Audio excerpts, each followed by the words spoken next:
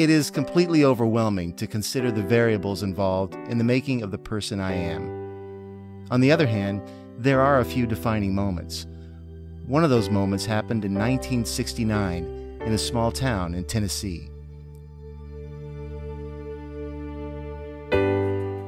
I'd fallen asleep on the couch in the living room. I was awakened by the sound of my dad coming home from a meeting at church. He was the youth minister at the First United Methodist Church. He was also a full-time student at the University of Tennessee. Dad came home late from meetings and classes all the time, but this night was different. From the couch, I saw our back door in the kitchen, and when Dad entered, my mother went to him with a comforting hug. Then I heard the quiet tears and assurances. I was only a fourth grader, but somehow I knew this was a life-changing moment for us all.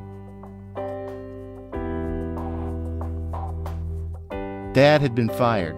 No, actually, he quit. He had organized a dance at the church's youth center and invited the youth from the other Methodist church in town.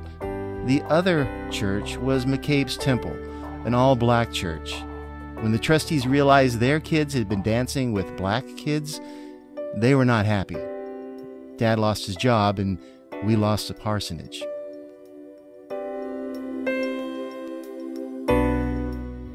That moment led to moving into a tiny rental.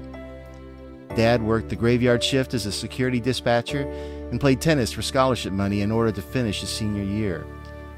And we joined McCabe's Temple's United Methodist Church.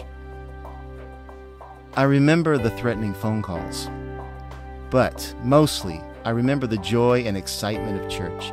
Women in hats and white gloves, Brother Easley preaching with his handkerchief in hand, and Earl Silvertooth on the piano directing an energetic and soulful choir.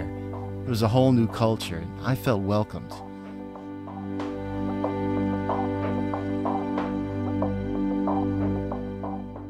That moment taught me so much, and not just about racism.